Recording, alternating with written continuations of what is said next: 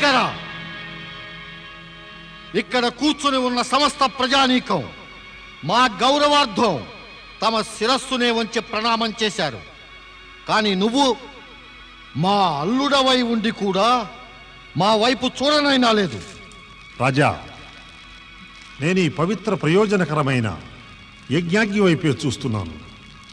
అది విశిష్ట వ్యక్తుల కన్నా కూడా వందనీయమైనది.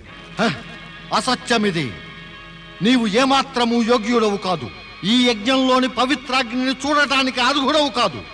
భూత ప్రేత పిశాచాలతో తిరగడంతో నీ వేదమంత్రాలన్నీ వ్యర్థమయ్యాయి. నీవు కేవలం సకల శాస్త్రాలను అలక్ష్యం చేసి నీతి నియమాలను కలంకితం చేసే మోసగాడివి, దుష్టుడివి, పాపిష్టి పురుషుడివి మాత్రమే. నేను దక్ష ప్రజాపతిగా నిన్ను శపిస్తున్నాను. శ్మశానాల్లో నివాసం ఏర్పరచుకుని ఉన్నత కులస్తుల మధ్య మసలే ఈ శంకరుణ్ణి ఈ యజ్ఞం నుండి బహిష్కరిస్తున్నాను. దేవతలతో పాటు ఈ యజ్ఞంలో ఇతనికి ఏ భాగము ఉండరాదు. ఓరి మహామూర్ఖ, దుర్బుద్ధి గల దక్ష, నువ్వు సాక్షాత్తు పరమేశ్వరుణ్ణే యజ్ఞం నుండి బహిష్కరిస్తావా? వీరి కటాక్షంతో యజ్ఞం సఫలమవుతుంది, అది పవిత్రం అవుతుంది. ఓరి బ్రాహ్మణాధమా, నీచ దక్ష, నీవు వీరినే ఉపేక్షిస్తావా? సృష్టికర్త ఆయనే, కార్యకర్త ఆయనే, చివరికి సృష్టి సంహారకుడు కూడా. ఈ శివగణమంతా ఇప్పుడే ఈ యజ్ఞం నుండి బహిష్కృతులు కావాలి. మీరు అందరికందరూ నీచులు, మోసగాళ్ళు. ఆ చింపిరి జుట్టు, వాళ్ళంతా విభూది, అస్థికలు ఆభరణాలుగా గల అధములు. మీరు మద్యపానానికి లొంగిపోతారు. ఇదే నా శాపం, ఇదే నా శాపం. ఓరి మూర్ఖుడా, నీకు శివతత్వపు కనీస జ్ఞానం కూడా లేదు. ఒళ్ళు తెలియక నువ్వు దురహంకారంతో మహేశ్వరుణ్ణి బహిష్కరించావు. అందుకే శివ తేజస్సు ప్రభావంతో నేను నిన్ను శపిస్తున్నాను. నీ వంటి బ్రాహ్మణులు విభేదాలలో చిక్కుకొని సతమతమవుతారు. నీవు తత్వజ్ఞానాన్ని కోల్పోతావు. ఇక నీ ముఖము పశు సమానమగుగాక. నంది, నువ్వు ఈ విధంగా ఉద్రేకపడకూడదు. నీవు వ్యర్థంగా బ్రాహ్మణ కులాన్ని శపించావు. ఇంకా నా సంగతి అంటావా? నన్ను ఎటువంటి శాపం కూడా ఎప్పుడూ ఏమీ చేయలేదు. నువ్వు జ్ఞానివేనంది. సంకటంలో ఉన్న ఋషులకు తత్వజ్ఞానోపదేశం మరి నీవే చేశావు. ఇక చాలు, శాంతించి నిశ్చింతగా ఉండు. నీ ఆరాధ్య దైవాన్ని ఎవరూ ఏమీ చేయలేరు. నేనే యజ్ఞాన్ని, నేనే యజ్ఞకర్మను, యజ్ఞంలోని సకల ఉపకరణాలు నేనే, యజ్ఞాల ఆత్మను నేనే, యజ్ఞాధిపతిని నేనే, యజ్ఞ బహిష్కృతుడను కూడా నేనే. పదండి, కైలాసానికి తిరిగి వెళ్ళిపోదాం.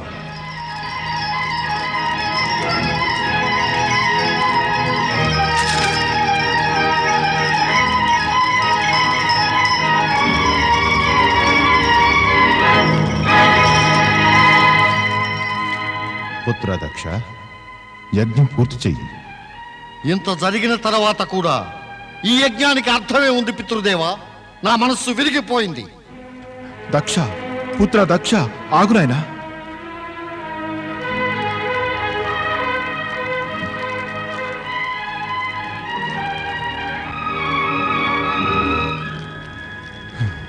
ఏమైంది నాథ, ఏమైంది?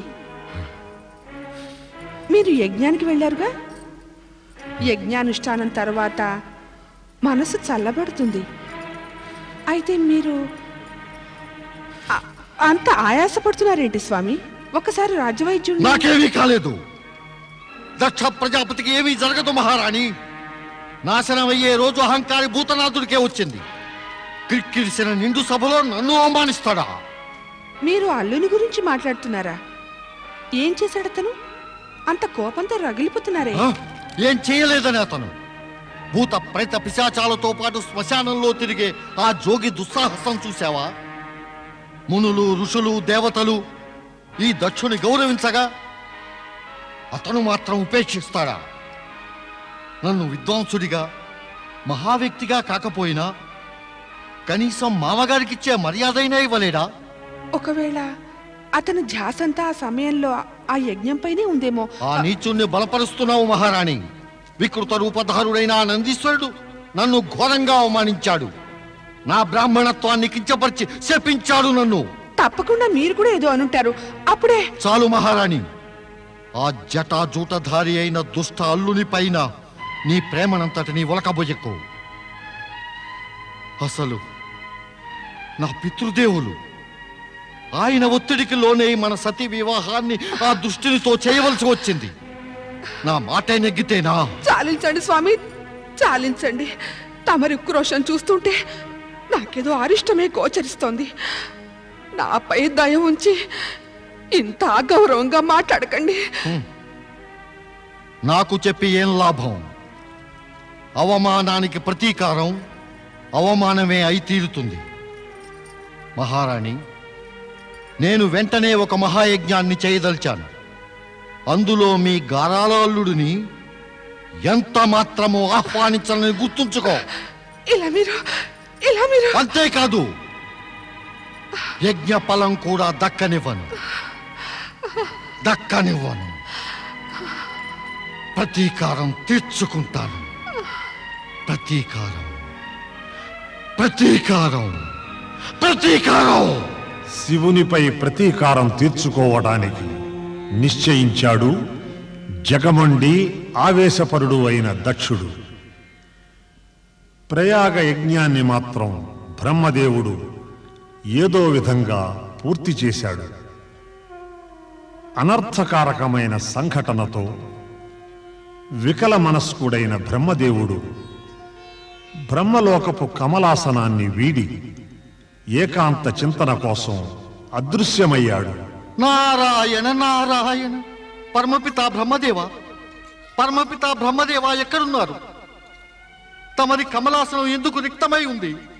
దయ ఉంచి దర్శనమివ్వండి. ఓం నమః శివాయ.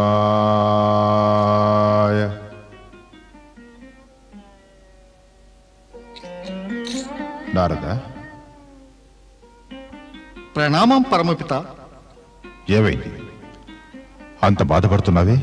ఆశ్చర్యం ఏమిటంటే ఇంతకీ తమరు బాధపడటమే లేదు. తమ ఆధ్వర్యంలో నిర్వహింపబడిన యజ్ఞంలో అంత ఘోర అవమానమా? శాపానంతరం మీరు శాంతంగా ఉన్నారా? ఇక పరమపిత, అయితే నాకో మాట చెప్పండి. తమరు మీ ఆసనాన్ని వదిలి ఎటు వెళ్ళిపోయారు? అనిష్టమైన వాతావరణం నుండి తప్పించుకోవడానికి ఏకాంత చింతనలో లీనమయ్యాను నారద. పరమపిత, తమరి ఈ కమలాసనం చింతనలకు కేంద్రం కదా. దానికోసమే ఇక్కడ నుండి అదృశ్యం కావడంలో ఉద్దేశ్యం. నీవు పిలిచావు కాబట్టి వచ్చాను. నిజానికి కొంత సమయం వరకు అదృశ్యంగానే ఉందామనుకున్నాను. పరమపిత, దీనికి కారణం? ముందు నా ప్రశ్నకు సమాధానమివ్వు. నీవే స్వయంగా ప్రయాగ యజ్ఞం కోసం సందేశాలను పంపి నీవక్కడికి ఎందుకు రాలేదు? నారాయణ నారాయణ. పరమపిత, తమరు నా అశక్తతను అర్థం చేసుకోండి. శ్రీ మహావిష్ణువు అనుమానం వ్యక్తపరిచినట్టుగా ఆ యజ్ఞంలో అనర్థం జరగనే జరిగింది. అందుకే ఆయన ఆజ్ఞానుసారం నేనక్కడికి రాలేకపోయాను. పరమపిత, తమరే చెప్పండి మరి. పరమేశ్వరునికి జరిగిన అవమానం నేనెలా తిలకించను? అర్థమైంది. పరమపిత, ఒక మాట నాకు అర్థం కాలేదు. ఏమిటది? తమరు మా సోదరుడు దక్షుడు పరమేశ్వరుడైన శంకరుణ్ణి అవమానిస్తూ ఉంటే అడ్డుకోలేదే? ఎందుకంటే బూడిద పూసుకు తిరిగే ఆ భూతనాథుడు అవమానానికి అర్హుడే అని. నారాయణ నారాయణ. అలా అశుభం పలికి నీ సర్వనాశనాన్నే కొని తెచ్చుకుంటున్నావు సోదరా. సర్వనాశనమా? సర్వనాశనానికి ఎవరు యోగ్యులో వారే అవుతారు సర్వనాశనం. నేను దక్ష ప్రజాపతిని, సకల ప్రజా పరిపాలకుడను. నన్ను అవమానపరిచిన వారికి దండన విధించి తీరుతాను నారదా. దక్ష, క్రోధావేశాలతో నీవు యజ్ఞభూమిలో చేసిన అనర్థానికి కించిత్ దుఃఖమైనా కలగటం లేదా? ఇప్పుడు ఇక్కడికి ఎందుకు వచ్చావు? పరమపిత, దక్షయజ్ఞానికి ఆహ్వానిద్దామని వచ్చాను. దక్షయజ్ఞమా? ఏమిటా దక్షయజ్ఞం? పరమపిత, తమరు మీ యజ్ఞాన్ని నాతో బలవంతంగా పూర్తి చేయించారు. నాకది సంతోషంగా లేదు. ఆ కారణంగా నేను నిశ్చయించాను, దక్షభూమిలో నేను స్వయంగా ఒక మహాయజ్ఞాన్ని చేయాలని. నారాయణ నారాయణ. ఈ యజ్ఞంతో కలిగే ప్రయోజనం నారదా, అత్యవసరమా నీ ప్రతి ప్రశ్నకి సమాధానం ఇవ్వడం? అయితే ఈ యజ్ఞానికి కారణం తెలుసుకోవాలా? విను మరి. దక్ష యజ్ఞాన్ని చేసి నేను ఆ శివుణ్ణి శాశ్వతంగా సమస్త యజ్ఞాల నుంచి బహిష్కరిస్తాను. ఈ యజ్ఞం చేసి నాకు చేసిన అవమానానికి ప్రతీకారం చేస్తాను. దక్ష, శివుడు సాక్షాత్తు పరబ్రహ్మస్వరూపుడు. నువ్వేం బహిష్కరిస్తావు అతన్ని? ఇటువంటి అనుచిత ఆలోచనని నీ మనసు నుండి తొలగించు. ఇది నా ఆలోచనే కాదు, దృఢ నిశ్చయం పరమపిత.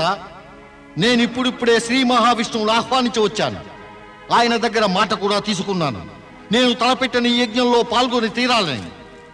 అందులో కైలాసపతి అయిన శివునికి ఏ స్థానము లేదు పరమపిత. నారాయణ నారాయణ. పరమేశ్వరుడు భగవంతుడవడమే కాకుండా తమరి అల్లుడు కూడాను, ఇంకా తమ పుత్రికైన సతికి పతి కూడాను. అతనిని తమరు యజ్ఞం నుండి బహిష్కరించి ఎలా చేయగలరు? నువ్వు మాట్లాడుకున్నారదా? నేను ఆ శివుణ్ణి యజ్ఞం నుంచే కాదు, నా జీవితం నుంచి కూడా బహిష్కరించాను. పితృదేవ, తమరు సమయానికి యజ్ఞస్థలికి వచ్చి సకల కార్యాలను పర్యవేక్షించండి. నేను ఇది చెప్పడానికే వచ్చాను. ప్రణామం పితృదేవ. నారాయణ నారాయణ. ఇంత క్రోధమా, ఇంత అభిమానమా? తప్పక దక్ష ప్రజాపతి నెత్తిపైన దౌర్భాగ్యం తిష్టవేసుకుంది. శివుని పట్ల ఇంత ఉక్రోషం ఉంటే ఇతనికి నిలువ నీడ ఉండదు. పరమపిత, మనస్ఫూర్తిగా ప్రార్థిస్తున్నా, ఆ యజ్ఞానికి తమరు వెళ్ళకపోతే మంచిది. నా కుమారుడు చేయదలిచే యజ్ఞానికి వెళ్ళకపోవడం అది సంభవమని అర్థా? నేను వెళ్ళవలసి ఉంటుంది. పరమపిత, తమరు ఒకసారి పరమేశ్వరునికి జరిగిన అవమానాన్ని చూశారు కదా, రెండవసారి కూడా చూద్దామని కుతూహలమా? అంతకంటే శ్రేష్టం తమరు యజ్ఞాన్ని బహిష్కరించడమే మంచిది. సందిగ్ధంలో పడవేకు నారదా. నన్ను నా కర్తవ్యాన్ని పాటించని. అయితే నాకు ఒకటి మాత్రం తెలుసు, ఏ కార్యమైనా శివేచ్ఛతోనే జరుగుతుందని. మరి ఈ శివేచ్ఛ ఏమిటో? దక్షుని మనసులో భయంకర క్రోధాగ్ని రగులుతూ ఉండడం చూస్తే నా ఉద్దేశంలో సదాశివుడు ఈ యజ్ఞం మూలంగా ఏదో విశేష కార్యాన్ని సంపన్నం చేయి తలపెట్టాడని అర్థమవుతోంది. ఆ కార్యం ఏమిటో నాకు తెలియదు. నారాయణ నారాయణ. పరమపిత, మరి తమకిది తెలియదు అంటే కైలాసానికే వెళ్ళి స్వయంగా పరమేశ్వరుణ్ణి అడిగి తెలుసుకోవచ్చుగా. లేదు నారదా. దక్షునికి తండ్రిని కావడం వలన నేను బాధ్యుడనే. పరమేశ్వరుని వద్దకు వెళ్ళడం సమంజసం కాదు. నేను స్వయంగా శ్రీహరి విష్ణువు వద్దకు వెడతాను. ఈ విషయంలో సంప్రదించవలసి ఉంది. సరే, తమరు అలాగే చేయండి. మరైతే నేను ఈ అనర్థకారకమైన యజ్ఞాన్ని అడ్డటానికి పూర్తిగా ప్రయత్నిస్తాను. నారాయణ నారాయణ. దేవాది దేవుడైన మహేశ్వరుడు ప్రయాగ యజ్ఞంలో దక్షుని శపించకుండా తన పరాత్పర బ్రహ్మతత్వాన్ని చాటి చెప్పాడు. మరైతే ఆ అజ్ఞాని దక్షుడు గుర్తించడం లేదు. శివుని సన్మానించడం త్రిలోకాలను సన్మానించడమే అని, ఆ శివుని అవమానించడం బ్రహ్మాండాన్నే అవమానించడం అని. దక్షుడు నా పుత్రుడని చెప్పుకోవడానికి కూడా సిగ్గు వేస్తోంది. సిగ్గు. చతురానానా, ఎవరు సిగ్గుపడాలో వారే తల ఎత్తుకుని తిరుగుతున్నారు. దక్షుడు నన్ను ఆహ్వానించడానికి వచ్చాడు. తాను వేరొక మహాయజ్ఞాన్ని తలపెట్టినట్టు తెలియచేశాడు. తమరు వెడుతున్నారా నాథ? ఇప్పటి వరకు నిర్ణయించుకోలేదు. హే నారాయణ, నా ఉద్దేశంలో మనమిద్దరం అక్కడికి వెళ్ళడం అత్యవసరం. బహుశా అక్కడ యజ్ఞం వంకతో దక్షుడు శివునికి విరుద్ధంగా ఏదో వ్యూహం అనుతున్నట్టుగా ఉంది. ప్రభు, బ్రహ్మదేవుల మాటల్లో ఔచిత్యం ఉంది. నేను వారు చెప్పింది సమర్థిస్తున్నాను. అలాగే దేవి, నేను దక్షుడు చేసే యజ్ఞస్థలికి తప్పక వెడతాను. ఏమిటి నువ్వు అనేది? యజ్ఞానికి అందరినీ ఆహ్వానించారు కానీ? అవును మహారాణి. కైలాసపతి పరమేశ్వరుడు, సతీ ఇంకా శివభక్తగణాన్ని తప్పించి తక్కిన వారందరినీ యజ్ఞానికి రావలసిందిగా ఆహ్వానించారు. అంటే మహారాజు తన హఠాన్ని వదల్లేదన్నమాట. రాబోయే దుష్పరిణామాల వైపు కించెత్తైనా దృష్టి సారించలేదు. ఎక్కడున్నారు మహారాజులు? వారు శ్రీ మహావిష్ణువు ఇంకా పరమపిత బ్రహ్మదేవులను ఆహ్వానించడానికి వెళ్లారు. సతీ శివులను పిలవడానికి నేనే కైలాసానికి వెడతాను. నేను ఈ అన్యాయాన్ని ఎన్నటికీ జరగనివ్వను, ఎన్నటికీ. ఏమంటున్నావు మహారాణి?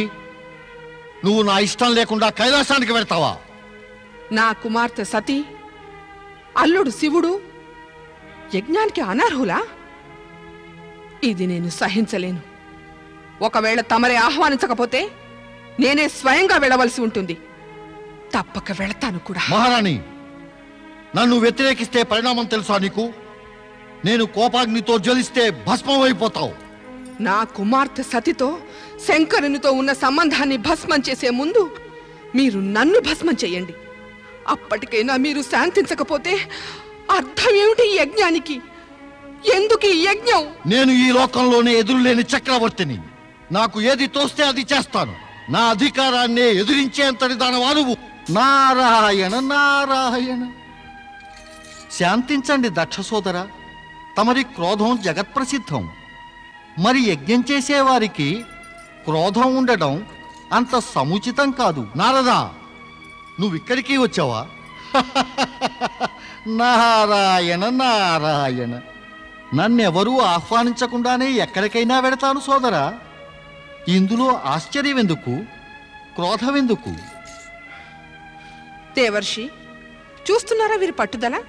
తమరే తెలపండి, శంకరుని పిలవకుండా ఏ యజ్ఞమైనా ఫలిస్తుందంటారా? కానే కాదు, శివుడు లేకుండా యజ్ఞం ఫలించదు. అది అనుచితం కూడా. సోదరా దక్ష, అందుకే తమను నేను హెచ్చరించడానికే వచ్చాను. సతీశివులను తప్పక ఆహ్వానించండి, లేదా ఈ యజ్ఞం ఆలోచనే పూర్తిగా వదిలివేయండి. శివుడు లేని ఇలాంటి యజ్ఞాల వలన ఎవరికీ ఎలాంటి ప్రయోజనము ఉండదు. ఈ యజ్ఞం తప్పక అవుతుంది, సతీశివులు లేకుండానే అవుతుంది. ఇదే నా నిశ్చయం. ఇక ఈ దృఢ నిశ్చయాన్ని ఏమాత్రం మార్చుకోను. నారదుడి మాటల్ని ఆలకించండి. సతీ శివులకు ఆహ్వానం పంపండి స్వామి. ఇప్పటికీ జాప్యం కాలేదు. తమకు శివుని కలుసుకోవడానికి కైలాసానికి వెళ్ళడం ఇష్టం లేకపోతే నేను తప్పక వెళతాను మీ సోదరునిగా. మా వదిన గారి మాటలు ఒప్పుకోండి సోదరా. పిలవని పేరంటానికి వచ్చి నాకు కోపం తెప్పించడమే కాక నే తలపెట్టిన యజ్ఞంలో జోక్యం చేసుకుంటావా? నారదా, నువ్వు ఇక్కడి నుంచి వెంటనే వెళ్ళిపో, వెంటనే వెళ్ళిపో. తమరేనా స్వామి మాట్లాడేది? దేవర్షి నారదులు తమ సోదరులే కాకుండా ఎంతో పూజనీయులే. నారాయణ నారాయణ. వినాశకాలే విపరీత బుద్ధి. ఎవరో గాని సరిగ్గానే అన్నారు. ఎప్పుడైతే వినాశం సమీపిస్తుందో అప్పుడు బుద్ధి కూడా వక్రిస్తుంది. ఇక నేనెప్పుడూ తమరి గృహానికి రాను, అనర్థదాయకమైన ఆ యజ్ఞానికి కూడా రాను. వదిన గారు, ఇక నాకు సెలవు. పరమేశ్వరుడు తమను రక్షించుగాక. నారాయణ నారాయణ.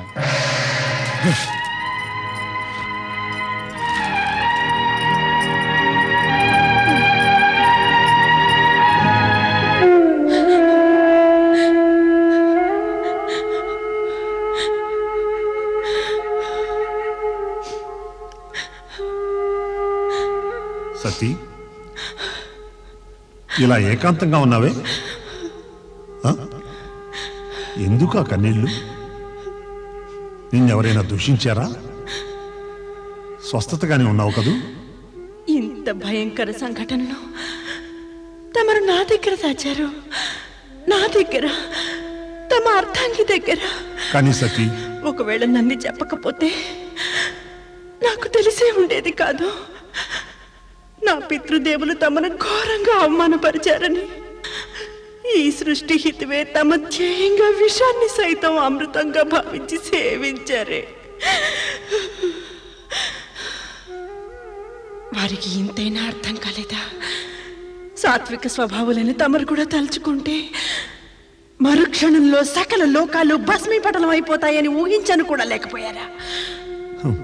విస్మరించు సతీ, విస్మరించే ఆ చేదు మాటలను నేను సైతం విస్మరించాను. చేదు విషయాలను స్మరిస్తే మనస్సు మస్తిష్కం కలుషితమవుతాయి. నిత్యం ప్రసన్నంగా ఉండటమే శ్రేయస్కరం. సతీ, పరమేశ్వరుడైన శంకరునికి చంద్రుని ప్రణామం. ఇదేమిటి సతీ, ఇక్కడే ఉన్నావే? నిన్ను మాతో తీసుకువెడదామని వచ్చాం. ఎక్కడికి? పతి ప్రేమలో నువ్వు అందరినీ విస్మరించావు సతీ. మన పుట్టింటిని, అమ్మని, నాన్నగారిని, అందరినీ. విషయం ఏమిటంటే మేమిద్దరం యజ్ఞంలో పాల్గొనడానికి దక్ష ప్రసాదానికి వెడుతున్నాం.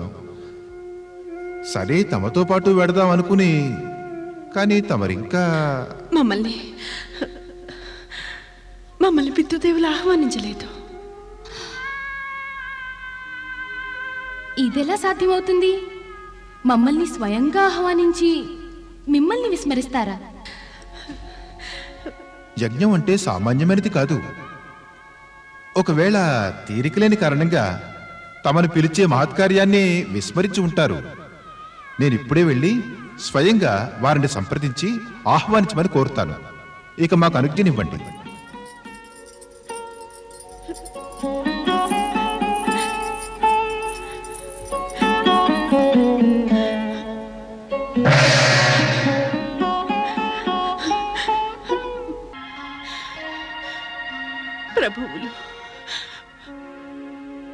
ప్రభువులు ఎంతటి మహానుభావులు! పితృదేవులు పెద్దలందరి సమక్షంలో వారిని ఇంత ఘోరంగా అవమానిస్తారా? ఇక వారు ఈ దుర్ఘటన గురించి కనీసం తెలుపలేదు. నేనే వారి స్థానంలో ఉంటే పితృదేవులకు మాటకు మాట చెప్పి ఉండేదాన్ని నిస్సంకోచంగా. ఇప్పుడు ఒక అవమానం పైన మరొక అవమానమా? ఒక అల్లుడిని, పుత్రికను ఇంట్లో నిర్వహించే యజ్ఞానికి ఆహ్వానించి ఇంకొక అల్లుడిని ఉపేక్షిస్తారా? లేదు, నేనేం చెయ్యను. ఏం చెయ్యాలో తెలియకుండా ఉంది.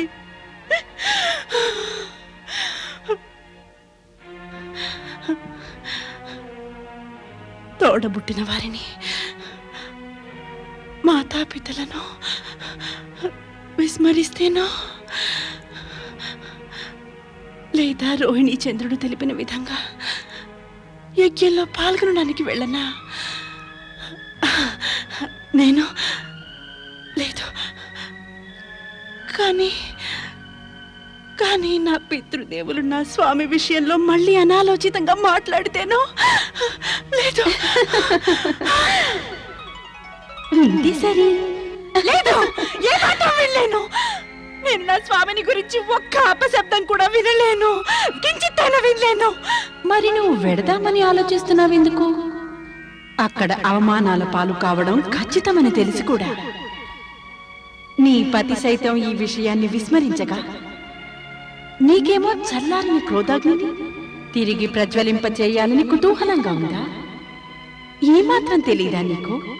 నీవురు కప్పిన నిప్పుతో ఒక భయంకర అగ్నిజ్వాల రగులుకుంటుందని? అలా అని జీవితాంతం హృదయంలో అగ్నిజ్వాల రగులుతూ ఉంటే జీవించి ఉండలేను. నేను జీవించి ఉండలేను. జరిగేదేదో జరుగుతుంది. పితృదేవులను నేను తప్పకుండా అడిగి తీరుతాను. ఎవరి ముందైతే సకల దేవతలు చేతులు జోడించి నిలబడి ఉంటారో అంతటి వారిని అవమానించగలిగే సాహసం ఆ వారికి. నువ్వు మరొక్కసారి ఆలోచించుకో. ఒకవేళ అనర్థమే జరిగితే? ఒకవేళ నేను వెళ్ళకపోతే యజ్ఞ రూపంలో వ్యూహాన్ని పన్ని నా పితృదేవుల శివ విరోధాన్ని వెళ్ళగక్కారే, అది మరింత జటిలమవుతుంది. ముమ్మాటికి వెళ్ళి తీరాలి. నేను ముమ్మాటికి వెళ్ళి తీరాలి. యజ్ఞంలో పాల్గొనటానికి వెళ్లే ముందు నువ్వు మళ్ళీ సదాశివుని సంప్రదించవచ్చుగా? వారి సమాధానం నిన్ను సందిగ్ధావస్థ నుండి బయటకు పడేస్తుందేమో.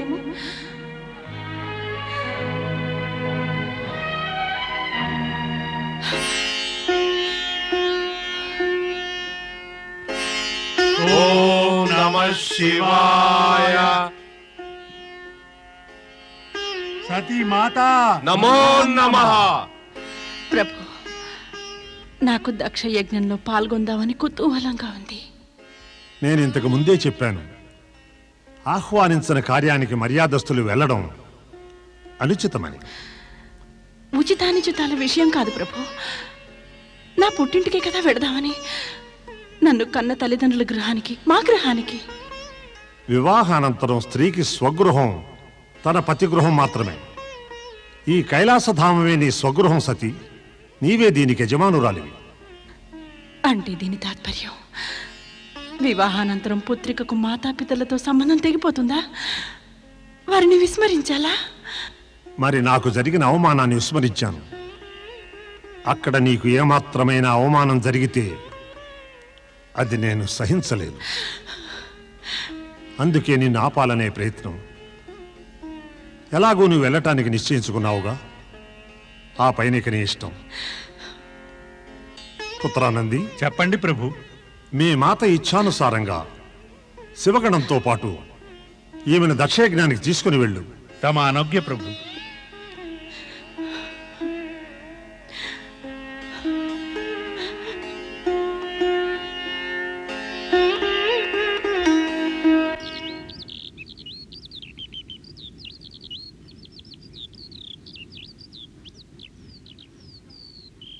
ప్రజాపతి దక్ష, యజ్ఞ ముహూర్తం మించిపోతోంది. మహారాణి వీరిణిదేవిని అలాగే పిలిపించండి. ఋషివర్య. హరి ఓం తత్సత్, హరి ఓం తత్సత్, హరి ఓం తత్సత్. ఆ పరమేశ్వరుడి ఆశీర్వచనం లేకుండా ఈ యజ్ఞం కావటం అసంభవం. ఋషివర్య, నా యజ్ఞానికి అధిష్ట దేవుడు శ్రీహరియే ఉన్నాడు ఇక్కడ. కానీ ఆ మంగళమయ స్వరూపుడైన పరమేశ్వరుడు ఎక్కడ? ఆయన కృపతోటే సకల మంగళ కార్యాలు సంపన్నమవుతాయే. ఆయన కరుణామయ వీక్షణములతో మరుభూమి సైతం పుణ్యభూమిగా మారిపోతుంది.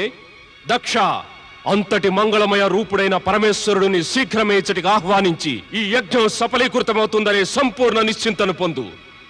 దేవతలారా, ఆ పరమేశ్వరుడు జగదంబ సమేతంగా ఇచ్చటికి వస్తేనే ఈ యజ్ఞం సంపూర్ణమవుతుంది. అన్యథా అసాధ్యం. ఇదే నా సత్యవాక్కు దక్ష. మీ సత్యవాక్కును మీ దగ్గరే ఉంచుకోండి దదీచి. సకల దేవతలకే ఆదిదేవుడైన శ్రీ మహావిష్ణువే ఇక్కడ ఉండగా, సాక్షాత్ బ్రహ్మదేవులే వేదాంగోపనిషత్తులతోటే మా దరికి రాగా, సకల దేవతలతో దేవేంద్రులే ఆసీనులై ఉండగా, వేదాంగ పారంగతులైన ఋషివర్యులే ఈ యజ్ఞానికి వన్నె తెస్తూ ఉంటే పరమశివునితో అవసరం ఏమిటి? నీచ కులస్థుడు, అనాథ, ప్రమదగణ నాయకుడు, అతనికి యజ్ఞంలో పాల్గొనే యోగ్యతే లేదు. నీ ఇష్టానుసారం ఎన్ని దుర్భాషలాడినా ఇదే ముమ్మాటికి సత్యమని చెబుతున్నాను. ఆ పరమేశ్వరుని ఆశీర్వచనం కొరవడిన నీ యజ్ఞం అనర్థకారకమవుతుంది. నీకు సర్వనాశనం తప్పదు దక్ష, తప్పదు నీ వినాశనం. సర్వనాశనం కాక తప్పదు. అమ్మా, అమ్మా, ఇందాక నుంచి నిన్ను అడుగుతున్నాను, నాన్నగారు పరమశివుని మా సోదరి సతిని ఎందుకు ఆహ్వానించలేదని. నువ్వేమీ సమాధానమే చెప్పవే? నువ్వేమీ మాట్లాడవేంటమ్మా? ఏం మాట్లాడినమ్మా? ఏం మాట్లాడను? వినాశకాలే విపరీత బుద్ధి. మీ నాన్నగారితో నేను సతీ శివులకు ఆహ్వానం పంపమని ఎన్నోసార్లు వేడుకున్నా. కానీ వారి పట్టుదల ముందు నేను ఓడిపోయాను. స్వగృహంలో మహాయజ్ఞం జరుగుతూ ఉన్నా, హర్షోల్లాసాల వాతావరణం ఉందా. కానీ నా హృదయం ఏదో ఊహించిన అరిష్టం జరుగుతుందని కంపించిపోతోంది. మహారాణి, మరి ఏమైంది మంగళ? అంత గాబరాగా ఉన్నావి? యజ్ఞభూమిలో దటీచికి ఇంకా మహారాజులకు మధ్య పరమశివుని ఆహ్వానించకపోవడంతో వాద ప్రతివాదనలు జరిగాయి. కోపించిన మునీంద్రులు, ఇతర శివభక్తులు యజ్ఞభూమి నుండి లేచి వెళ్ళిపోయారు. నేను భయపడినట్టే అదే అయ్యింది.